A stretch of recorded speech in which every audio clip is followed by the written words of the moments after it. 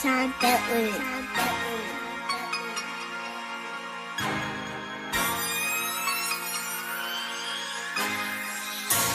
My life like a party, I get twisted, I be lifted, and my life like a party. I ain't married, ain't no missus, so my Life like a party. I get money, I get bitches, and my Life like a party. so my life like a party, my life like a party, I get twisted, I be lifted, and my Life like a party. It's your boy K-Slum, right here tuning in Martin West TV, rocking with my LIB boys, Long Island. You already know we next up, man. Let's get it. Yo, what's good, what's good? Martin West here, kicking it with K-Slum. What up, God? We here to talk about some new music nowadays, know what I mean? My boy K-Slum, man. We got 2 mixtapes out, Okay. a 3rd one on the way. Yeah. Tell us more about that. Well, basically, I got a new mixtape. It's called Off the Shits. It's almost here. I was looking to drop it around like October 31st. Great Halloween. Yeah, and it's Okay. crazy because I just dropped the mixtape in April. So I'm really definitely moving with the music thing right now. I'm just focusing on like more videos and more like scenes and shit going on. A lot of, because you know people like to see a lot of like to see visual shit. Of course, of course. So what's the objective of this mixtape? Basically, like I'm looking to like gain new fans. Honestly, like you know I got it rocking already in my city. Like everybody know my name. You ask around, K-Slum, LIB type shit. Niggas already know it type of shit. Okay. So you had 2 mixtapes come out. What was the name of those? Well, my first mixtape that I ever dropped was Propaganda. That means like a new beginning. My second mixtape was called The Takeover, because I felt like it's just time to take over everything. You feel me? Yeah, I feel you. So you was like in your zone on that one. So do you feel like you progress as the artist on this new mixtape? Yeah. Every time I realize every time I do a track in general, like everything is just getting better and better. Each track I drop. You feel me? Right, I feel you. So you got a song out, it's all over the net, Life Like a Party. Yeah. Tell us more about that, man.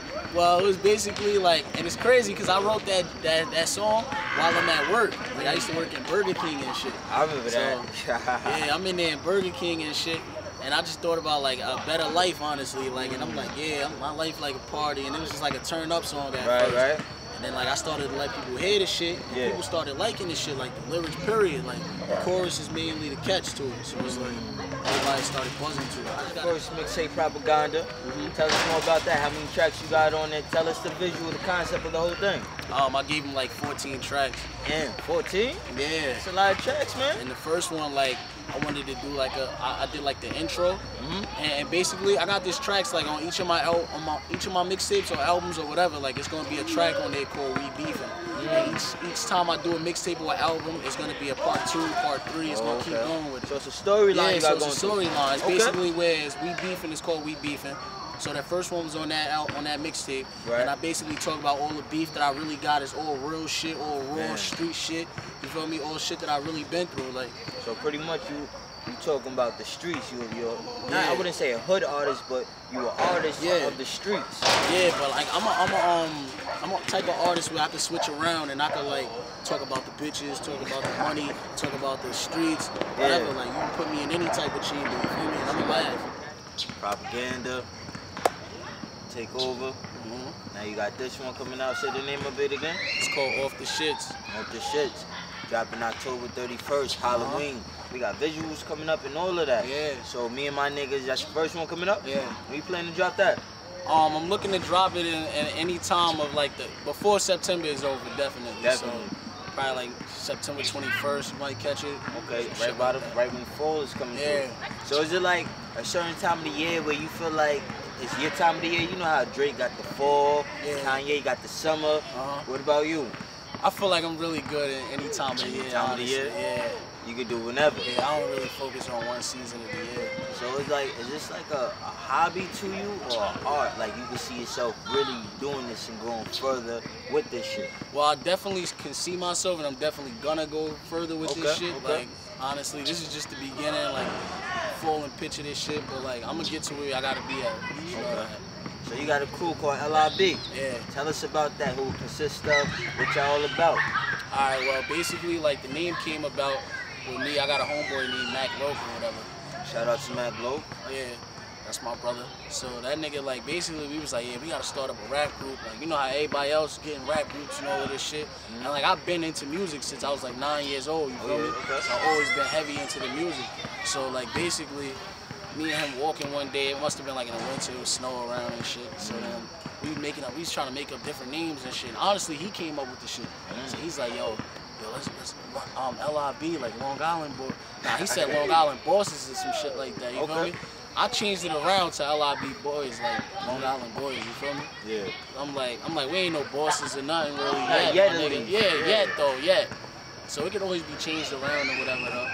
Okay. But I like the concept of it. You feel me? Like LIB. Long Island, yeah, because it represents Long Island at the same time. Yeah. You feel me?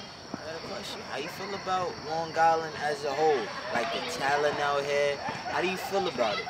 I mean, I kind of feel it's Be- kind be- of be fucked honest, up. be It's honest. kind of fucked up how like they kind of underrate Long Island if you ain't really noticed. Very Yo, much. it's crazy Y'all because I gonna feel stop like, sleeping on us out there, boy. catch up, nigga. What up? Yeah, man, because I feel like it's a lot of talent out here that's not even being shown and shit. People express it in mad different ways. Whether I know people that's doing movies, that's doing all type of shit, modeling and shit, and nobody can't really get nowhere with none of this shit because they from Long Island. Like, I don't really understand. Me neither. Do you feel like sometimes people from Long Island feel like they had to represent the boroughs in order to get on? Yeah, I do feel like, and that's much showing too. Yeah, People you do see that it, shit. right? People say they Cut from that different shit out. places. Definitely, man. So if you could get signed to any record label in the game, what would be your options? Your top 3 options? I would definitely fuck with Bird, man. Birdman, Rich Gang. Alright. You got one? I fuck with MMG. G? Yeah. Oh man, I fuck Ross. with girls. Yeah. You know, I gave 50 Cent my mixtape in the mall. He ain't never hollered back at me, man. I think You know, in due time, you gotta cook up. I did a little freestyle for Fat Trail like a couple months back. I ain't really get to reach out to him how I wanted to, but he gonna remember me when he see me. Okay. Yeah. So, MMG. Yeah, MMG. I fuck with the Rich Gang. Okay. Last one. I would have to try to get a record label deal, so I'll go with Interscope Records. And yo, that's crazy. Tell me why you say Interscope Records. Because they giving out record deals. Like, I mean, they giving out like label deals. You feel me? Yeah, not no bullshit 50-50 deal. It's not like I gotta. Yeah, exactly what you're saying. And it's not just any other shit that I just said. The MMG and all that. They could probably do it in due time if I'm doing good or whatever. Give me a record, a fucking label deal. You feel me? Yeah. But if I get an Interscope, they giving me that. I'm LIB. Like, you feel me? Yeah, you I got your own. I can have my artists on there and all that. You say you've been rapping since 9 years old? Yeah. And tell us where that all came from. The inspiration and everything. Alright. I got an uncle named Skills, you feel me? Basically, like, he used to rap. He used to rap for like mad long or whatever and shit. And like, he used to kind of force me to rap, like, at first. So like, at first I didn't even like doing the shit, honestly. Being a crib and shit, he's like, yo, don't come out this room until you got this shit written. Like, I used to have to help my mom. I used to know what I wanted to say. My mom would be writing the shit for me. That's how small I was trying to like rap and shit. It would be words I didn't know how to spell and shit. And I'm like, Mom, can you write this for me?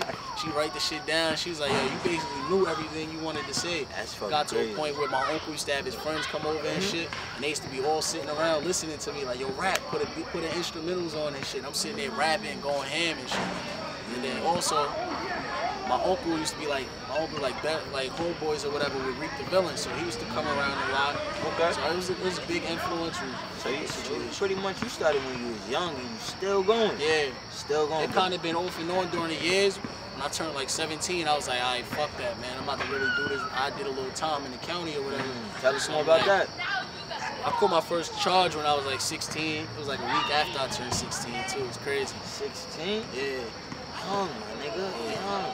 So did that like shaping you up in the right way and make you like focus on what you really want to do in Yeah, life? it made me more hungry and more like positive after a while. It got to a point where I was catching charges left and right after that. After 16, it started there. And like after that, around like 18, I was like, I read a book when I was in jail, and basically, long story short, it was a dude in the book or whatever. He told himself in the mirror, like, I'm never coming back to jail. Like, they gotta kill me. So I sat there and told myself the same shit in the mirror. I was like 17. I'm never coming back to jail. And I never been back since. 5 years down the line, where you see K Slime and LIB? top. On top? Yeah, in What the y'all game, doing? What y'all eating, doing? getting money, going on tours, giving these people what they like to see, a good show. Okay. Dropping tapes left and right, dropping albums. This shit ain't gonna never stop, honestly. Like, I don't see no ending right now. This the beginning, and I don't see an ending to it. We signing out. Martin West, K Slime, a lot to the fullest, B. I love it. Let's go.